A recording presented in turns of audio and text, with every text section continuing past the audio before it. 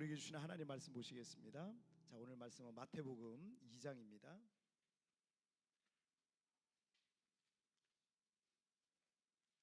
자, 마태복음 2장 7절부터 12절까지.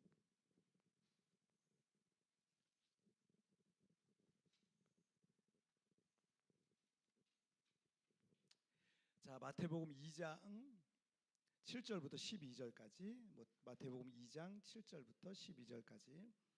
자, 우리 한 절씩 교독할 때 제가 7절 말씀 먼저 봉독해 올리겠습니다. 이에 헤롯이 가만히 박사들을 불러 별이 나타난 때를 자세히 묻고,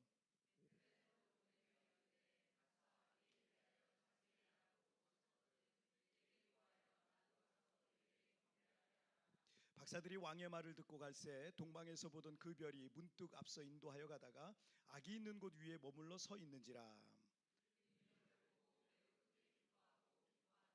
집에 들어가 아기와 그의 어머니 마리아가 함께 있는 것을 보고 엎드려 아기께 경배하고 보배합을 열어 황금과 유향과 몰약을 예물로 드리니라. 그들은 꿈에 헤롯에게로 돌아가지 말라 지시하심을 받아 다른 길로 고국에 돌아가니라. 아멘. 자, 우리 말씀 제목 읽겠습니다. 시작. 누구도 막을 수 없는 크리스마스. 다시 한번 시작. 누구도 막을 수 없는 크리스마스. 자, 우리 어린이들 특송은 이따가 설교 후에 특송할 테니까 저기 이제 우리 아이들이 어젯밤에 늦게 공연을 해가지고 다 지쳐가지고 지금 있는 것 같은데, 자, 우리 선생님들이 잘 이렇게 아이들 예배 잘 드릴 수 있으니까 조금만 참고 잘 기다리세요. 자, 우리 옆에 분이랑 인사하시죠. 메리 크리스마스. 메리. 예, 반갑습니다. 한국에서 오신 분들도 있네요. 벌써 오셨어요? 나는 내년에 오시는 줄 알고 그랬는데 오신 분들도 계시고 감사합니다. 예수님께서 이 땅에 오신 복된 성탄절입니다. 우리가 성탄절 시즌이 되면 전 세계 성도들과 또 심지어는 불신자들까지도 그냥 메리 크리스마스라고 인사를 하잖아요. 그런데 우리가 이 메리 크리스마스라는 의미 정도는 우리가 좀 알고 있어야 되지 않나 이렇게 생각이 듭니다. 메리는 그리스어에서 유래된 말이에요. 기쁜, 즐거운 이런 뜻이고, 크리스마스는 앞에 크라이스트가 붙잖아요. 그래서 그리스도를 위한 미사, 그리스도를 위한 예배, 이렇게 그런 뜻을 갖고 있습니다. 그래서 메리 크리스마스라고 인사하는 것은 그리스도의 탄생을 축하하는 기쁜 예배다라는 것을 서로 이제 고백하는 거죠. 그러니까 이 크리스마스는 사실은 많이 왜곡이 돼 있어요. 연인들이 데이트하는 날이 아니에요. 근데 한국에는 크리스마스 그러면 연인들이 데이트하는 날로 알고 있어서 크리스마스 시즌만 되면은 여자친구, 남자친구가 없는 사람들은 굉장히 힘든 시간을 보내고 있어요. 그럴 필요 하나도 없는데, 이게 그 연인들이 데이트하는 날도 아니고 크리스마스 파티로 광란의 밤을 보내는 날도 아니에요. 어젯밤에 아주 그냥 벌써 폭죽을 밤에 너무 터뜨리더라고요. 폭죽을 터뜨리고 노래를 부르고 와, 어젯밤에도 참. 여러분 동네는 조용했어요? 우리 동네는 그랬어요. 우리 동네는 그래가지고 엄청 시끄러웠습니다. 새벽 몇 시까지 그냥 그렇게 하더라고요. 그리고 연말연시를 맞아서 선물을 주고받는 그런 어떤 송년회 하는 그런 날도 아닙니다. 크리스마스는 우리를 위해서 이 땅에 오신 예수 그리스도와 그 아들을 보내신 하나님께서 영광을 받으시는 그런 날입니다. 주인공이 바뀌면 안 돼요. 크리스마스의 주인공이 바뀌면, 크리스마스 누구가 영광 받아야 된다고요? 예수님이, 하나님이 영광 받으시는 날이에요. 이 주인공이 바뀌면 안 돼요. 예전에 우리 아이들이 아빠 크리스마스 날인데 선물 안 줘? 저한테 그러더라고요. 그래서 선물은 예수님께 드려야지. 너희들이 누구 생일인데 예수님 생일이니까 예수님께 드려야지. 여러분, 주인공이 좀 바뀌면 안 됩니다. 물론 연말이 됐고 크리스마스도 됐고 그러니까 좋은 가족 간에 선물을 주고받는 건 좋아요. 좋은데 여러분, 주인공이 바뀌면 안 된다라는 사실 우리 꼭 기억했으면 좋겠어요. 미국 명문대학교 중에 넘버 1, 2, 3 항상 바뀌지 않는 넘버 1, 2, 3가 이게 돌아가면서 이렇게 항상 하고 있는 대학이 있는데, 하버드 대학교, 예일 대학교, 프린스턴 대학교, 이 세 대학이 항상 미국의 기독교 명문 사립대학교예요. 근데 이 학교들은 모두 다 신학교로 시작한 학교들이에요. 신학교로 1636년에 영국에서 건너온 청교도들이 이제 그 지역에 이제 청교도들이 모이기 시작한 거야. 한 16,000명 정도 모이게 됐어요. 그 중에 목사님도 계시고 그랬지만 16,000명 정도 모이다 보니까 그러니까 목사님이 필요했던 거예요. 그래서 하버드라는 학교를 세운 거예요. 그래서 여기서 이제 목사님들을 길러내려고 거기에 이제 신학과가 있었겠죠. 그 다음에 또 좀 지나다 보니까 여기 다른 인문학도 해야 되고 뭐 이것저것 뭐 해야 되니까 이런 과가 생긴 거지. 처음에는 목사님들을 길러내기 위해서 하버드 대학이라는 대학을 세운 겁니다. 이 하버드 대학은 지금까지 대통령이 8명이나 나왔어요. 하버드 출신 대통령이 8명이나 나왔고, 그리고 억만장자, 백만장자도 아니고 천만장자도 아니고 억만장자가 188명이 나왔어요. 하버드 출신이 188명이 나왔고, 여러분 노벨상이 몇 명이 나왔을 것 같아요. 노벨상, 이 학교 출신 중에 노벨상이 166명이 나왔어요. 어마어마하죠. 우리나라에 지금 얼마 전에 그 작가 한 분이 이제 노벨상 받고, 그 전에 뭐 이제 평화상이라고 대통령이 한번 받았지만 161명입니다. 161명의 노벨상 수상자들을 배출했어요. 오늘날의 이 미국이라는 나라가 세계 최강국이 될 수 있었던 이유 중에 하나는요, 이 하버드 대학이 있었기 때문이다라고 말해도 과언이 아닐 정도라고 할 수 있습니다. 자, 그런데 이 하버드 대학이 점점 자유주의와, 이 아무래도 신학과만 있는 게 아니라 다른 과들도 이제 막 들어오잖아요. 다른 과들도 들어오다 보니까, 그러다 보니까 점점 자유주의와 세속화의 길을 걷게 돼요. 점점 자유주의가 팽배해지고 신학생들까지도 그렇게 변하고 막 이렇게 그렇게 세속화의 길을 걷는 모습을 보면서 하버드 대학 출신 10명의 목사님들이 다른 학교를 하나 세우는데, 그 학교가 바로 예일 대학이에요. 예일 대학. 우리나라에서도 예일 이걸 검색을 하잖아요. 그러면 예일이라는 타이틀을 가진 그런 회사, 학교 이런 데가 꽤 많이 나와요. 예수님의 일 뭐 이렇게 해가지고 그렇게 이게 한 잔씩 따가지고 그런 데가 꽤 있더라고요. 자, 어쨌든 그런 예일은 아니지만 예일이라는 대학을 세우게 돼요. 그런데 이 예일 대학교도 역시 하버드의 전철을 밟게 되는 거예요. 점점 또 세속화가 됩니다. 점점 자유주의가 막 돼가지고 나중에는 걷잡을 수 없을 정도로 이제 완전히 그냥 세상적인 학교가 그냥 돼버리는 거예요. 그래서 하버드 출신의, 당시에는 이제 영국 식민지였기 때문에 하버드 출신의 총독과 또 예일 대학교의 이 졸업생들이 세운 학교가 프린스턴 대학교입니다. 역시 신학생들을 길러내려고 세운 거예요. 프린스턴 대학교예요. 우리나라의 기독교 명문 사립대학들도 많죠.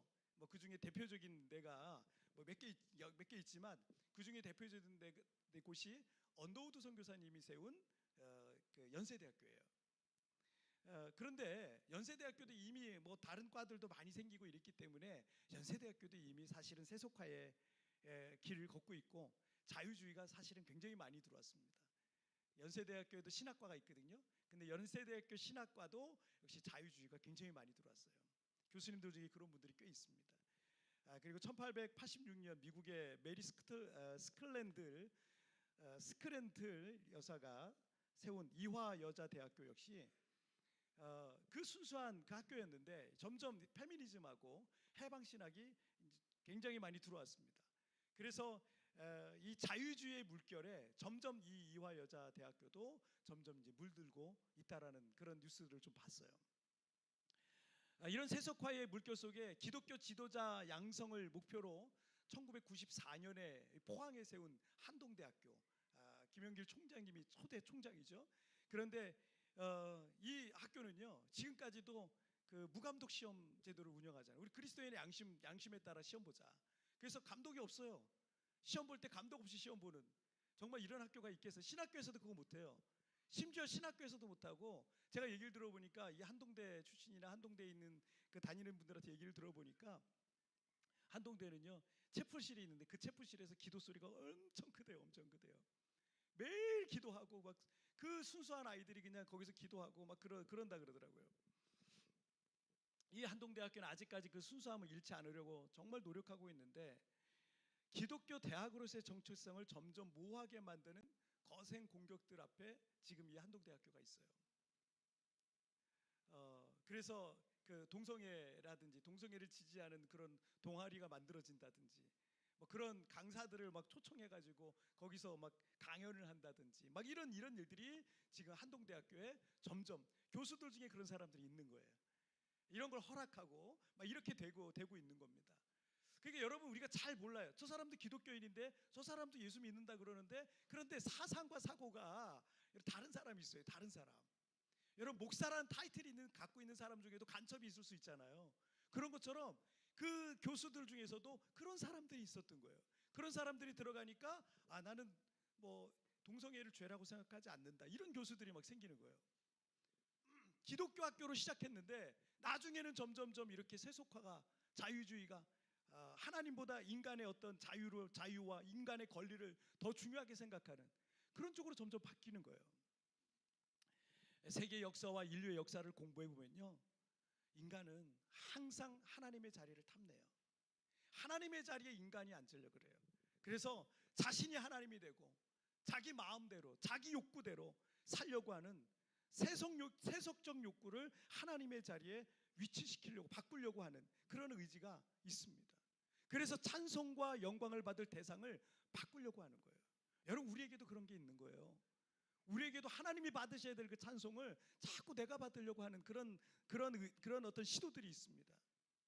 세계 기독교 명문 사립대학교의 모습에서도 우리나라 기독교 사립 명문대학교의 경우에서도 그리고 크리스마스에 그리스도께서 하나님께서 받으셔야 될 그 영광이 세속적인 것에 돌리려고 하는 이 시도들을 봐서도 우리가 알 수 있습니다. 역사 속에 이게 계속 있는 거예요. 계속 있는 거예요.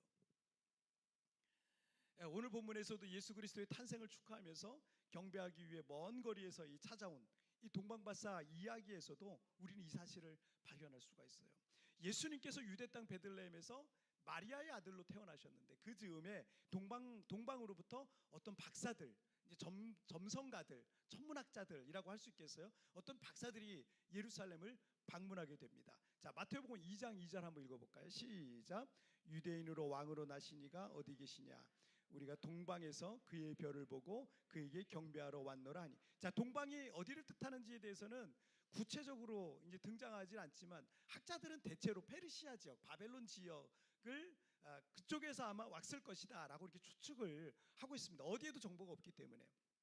왜냐하면 BC 586년에 이스라엘이 망했잖아요. 남유다 왕국이 멸망하고 예루살렘이 멸망하면서 이스라엘 모든 사람들은 다 바벨론 지역에 흩어져 살게 됩니다. 다 흩어져 그 뿔뿔이 흩어져 지냈습니다.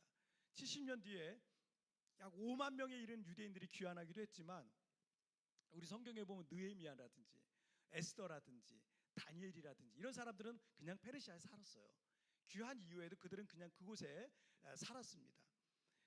그래서 그와 같은 그 후손들은요 여전히 페르시아 지역에 남아서 정착해 살고 있었던 겁니다. 그리고 그들은 거기서 독자적으로 유대인 문화와 공동체를 이루며 살고 있었고 그들 역시 언젠가 메시아가 탄생해서 그들을 구원하실 것이라는 메시아 대망 사상을 그들이 갖고 있었던 거죠. 자, 민수기 24장 17절 한번 읽어볼까요? 시작. 한 별이 야곱에게서 나오며 이쪽에서 저쪽으로 서서 무찌르고 또 셋의 자식들을 다 멸하려다. 자, 이런 예언이 있는데 모세 오경을 통해서 하나님의 말씀을 배운 유대인들은요 언젠가 세상의 왕이신 메시아는요 한 별의 모습으로 오실 거라는 거예요. 이런 예언이 있었어요. 그래서 큰 별이 나타나면 메시아가 오신다. 그런 기대와 소망을 갖고 있었던 겁니다. 때문에 그런 정보들을 여러 통로로 아마 그 바벨론 지역에 있는 사람들이 흩어지면서 유대인들이 하는 얘기를 들었을 거고 큰 별이 나타날 건데 그거는 메시아의 별이다. 유대의 왕으로 오실 메시아의 별이다. 뭐 이런 얘기들을 들었겠죠. 이런 정보도 듣고 저런 그다음 1년이 흐르고 10년이 흐르고 30년이 흐르고 40년이 흐르고 50년, 100년 이렇게 흐르는데 계속 그 후손들이 그런 얘기를 했을 거 아니에요. 그래서 큰 별이 나타나면 그건 메시아의 별이다. 세상의 왕이 오실 메시아의 별이다. 뭐 이런 얘기들을 했을 겁니다. 그럼 천문학자들이나 이런 사람들도 그래서 별을 늘 관찰하고 막 이랬을 텐데 그래서 그 여러 통로로 통해서 들었던 이 천문학자들은 예사롭지 않은 별, 정말 유난히 반짝이는 별, 그 별을 따라서 왔을 수도 있다라고 이렇게 생각할 수 있죠. 그 백투 예루살렘이라는 그 책이 있어요. 백투 예루살렘이라는 책에 보면은 흥미로운 역사 기록에 대한 내용이 하나 나와요.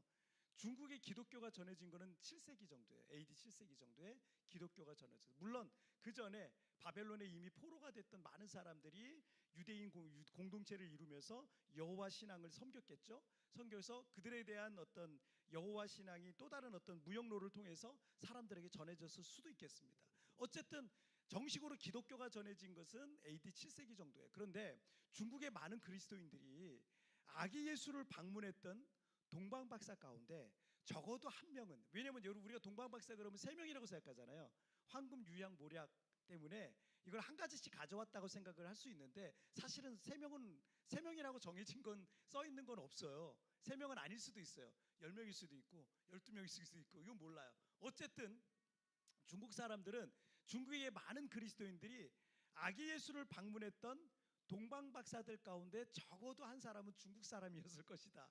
이렇게 믿는다는 거예요. 그렇게 믿고 있다는 거예요. 물론 이게 중화 사상은 다 중국이 모든 게 다 중심이라 그래서 그런지 모르겠는데 그런 영향을 받은 것 때문에 그런지 모르겠지만 그들이 이렇게 믿고 있는 근거가 하나 있어요. 그게 뭐냐면 예수 그리스도가 탄생하던 시기 고 1세기쯤 그 한 나라에 중국에 그 한이라는 나라가 있었잖아요. 한 나라의 궁중 선임 천문학자 중에 리우샹이라는 사람이 있었어요. 이 리우샹이라는 사람이 왕의 별이라고 불렸던 이 새로운 별을 발견한 후에 2년 동안 보이지 않았대요. 리우샹이라는 사람이 어디를 갔다 온 거예요. 그래서 사라졌다가 왔다는 거예요.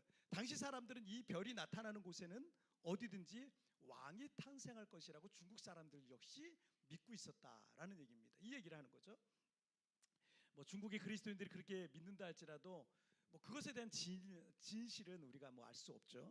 자, 오늘 본문에 이 동방에서 온 박사들이 이 페르시아, 이 바벨론이 아니면 인도, 뭐 더 멀리는 중국에서 온 천문학자들일 수도 있습니다. 자, 그들이 정확히 어디서 왔는지 우리는 알 수 없지만 분명한 것은요, 그들이 볼 때 서쪽 이스라엘 쪽에서 유난히 반짝이는 별을 보게 된 겁니다.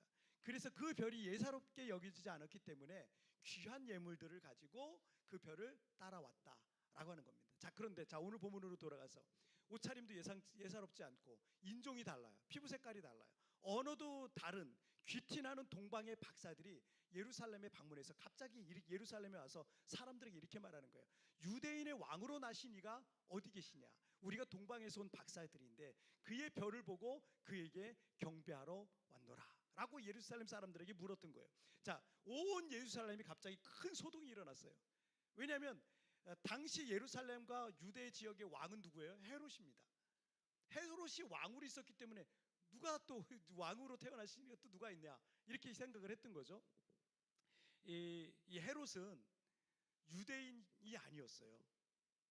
유대인의 왕인데 지금 유대인이 아니었어요. 그는 야곱의 후손이 아니라 에서의 후손. 여러분 이스라엘은 야곱의 후손이어야 되잖아요. 야곱의 12아들이 야곱이라는 사람이 이스라엘이라는 이름으로 바뀌고 그가 12아들을 낳았는데 그 12아들이 이스라엘의 12지파가 됐잖아요. 그리고 그 중에 유다 지파에서 다윗이 나왔고 다윗의 후손으로 메시아가 오신다 그랬잖아요. 그럼 유다 지파여야 되는 거예요. 그러니까 이스라엘의 정통적인 왕은 다윗의 후손이어야 된다. 유다 지파여야 된다라는 거 있는 거예요. 근데 야곱의 쌍둥이 형이 누구예요? 에서죠. 에서.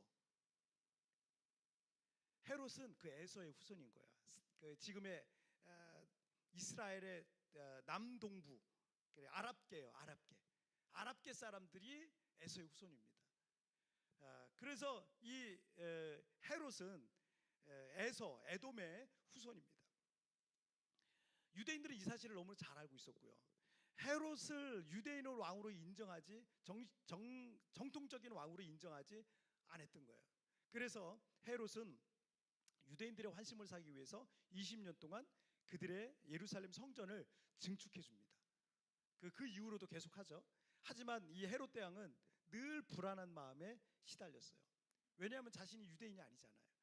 이스라엘도 이 사람도 아니었기 때문에 유대인의 정통적 왕위에 있을 수 없다라는 사실을 본인도 알고 있었던 겁니다. 그래서 이 당시에 헤롯의 나이는 70세 정도 됐거든요. 이 70세의 헤롯 대왕은요 권력에 대한 과대망상과 또 정신분열증에 막 시달리기 시작해서 합니다.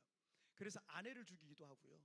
심지어 아들들을 죽이기까지 해요. 역사 기록에 나오죠. 그런 끔찍한 일까지도 벌입니다. 그런데 동방에서 온 이 특별한 천문학자들이 왕의 별을 보고 유대인의 왕으로 나신 이에게 경배하러 왔다라고 하니까 헤롯은 화들짝 놀랄 수밖에 없었던 겁니다. 그래서 헤롯 왕은 율법학자들을 불러서 메시아가 어디에서 태어나는지에 대해서 물어봤고, 그들은 유대 땅 베들레헴에서 태어난다라는 정보를 주죠.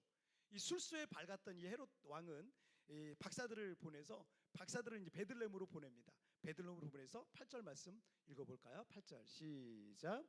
베들레헴으로 보내며 이르되 내게 구하여 나도 가서 그에게 경배하거라.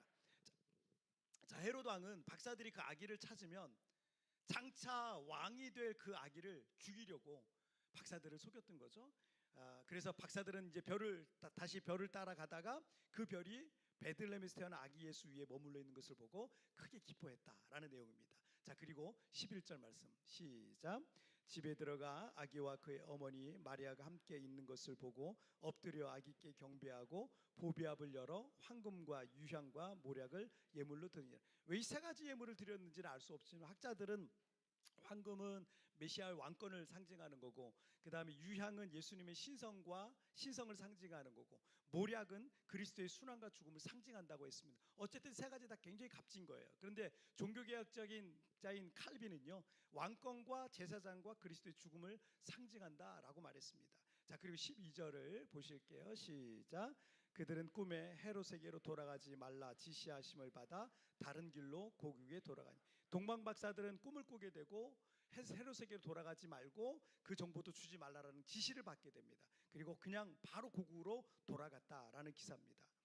헤롯의 뜻대로 되지 않은 거죠. 하나님께서 하시고자 하는 것을요, 어느 누가 막을 수 있겠습니까? 헤롯은 절대 권력자였어요. 그래서 아기 예수를 죽이려고 찾았지만 하나님께서 감추시고 동방 박사들의 꿈에까지 나타나서 헤롯의 지시를 따르지 말라고. 그래서 헤롯의 계획은 수포로 돌아가게 됩니다. 하나님께서 이스라엘 민족을 출애굽시킬 이 모세를 생존하게 하셨을 때도 여러분, 애굽의 바로 왕이 이스라엘에 태어나는 아이들마다 다 죽였거든요. 애굽의 바로 왕이. 그래서 이스라엘 족속 자체를 말살하려고 했는데 하나님께서 그 가운데 기적적인 방법으로 모세를 살아남게 하셔요. 바로 왕의 딸이 모세를 살렸습니다. 그런 기적적인 방법으로 모세를 살리게 하셨고요. 또 장차 그를 통해서 이스라엘을 출애굽하게 했던 거죠. 자, 로마서 8장 38절 39절 읽겠습니다. 시작. 내가 확신하노니 사망이나 생명이나 천사들이나 권세자들이나 현재일이나 장래일이나 능력이나 높음이나 깊음이나 다른 어떤 피조물이라도 우리를 우리 주 그리스도 예수 안에 있는 하나님의 사랑에서 끊을 수 없으리라. 자, 하나님의 사랑에서 그 무엇도 그 누구도 우리를 끊을 수 없다라는 거예요. 헤롯 대왕은 예수님의 자리를 헤롯 대왕이 차지하려고, 그래서 예수님을 죽이려고 했는데 결코 막을 수가 없었어요. 아무도 이 크리스마스를 막을 수 없는 거예요. 이 시대의 크리스마스는 예수님의 탄생과 전혀 관계없는 그런 세속적 크리스마스가 된 지 오래됐습니다.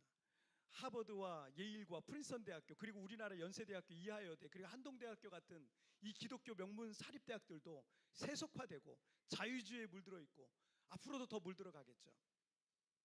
하지만 하나님께서 하시고자 하는 것을요, 그 어느 누구도 막을 수가 없습니다. 하버드가 세속화되면 예일이 세워지게 하시고, 예일이 세속화되면 프린스턴이 세워지게 하듯이 하나님께서 엘리야 선지자 시대 모든 백성이 바알에게 다 무릎 꿇고 바알 우상을 숨겨 섬기고 있을 때 바알 우상에 무릎 꿇지 않은 7천인을 세상에 남기셨습니다. 그리고 아벨이 가인에게 돌에 맞아 죽자 셋이란 아들을 통해서 믿음의 계보, 거룩한 계보를 이어가게 하셨듯 하나님께서는 당신의 그 선하신 뜻을 지금도 당신 스스로 이뤄가고 있는 것을 여러분 믿으시길 바랍니다. 저도 가끔은 내가 이 세부에서 언제까지 얼마나 더 사역할 수 있을까, 나와 우리 교회를 통해서 이 도시가 얼마나 변화될 수 있을까라는 생각을 가끔 합니다.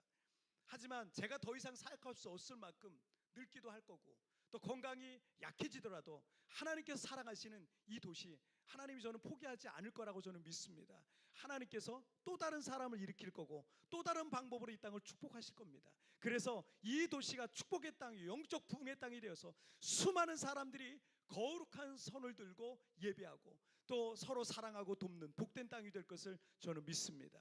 자, 고린도전서 1장 10절 한번 읽어볼까요? 시작.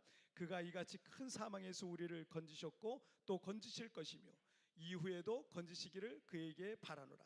과거에도 우리를 구원하셨고 지금도 나를 구원하실 것이며 이후에도 미래에도 모든 환난에서 우리를 구원하실 것을 믿으시길 바랍니다. 하나님이 여러분을 사랑하시는 그 사랑을 그 어떤 것도 끊을 수가 없어요. 여러분 이 하나님께서 하시고자 하는 일을 여러분 믿으시길 바랍니다.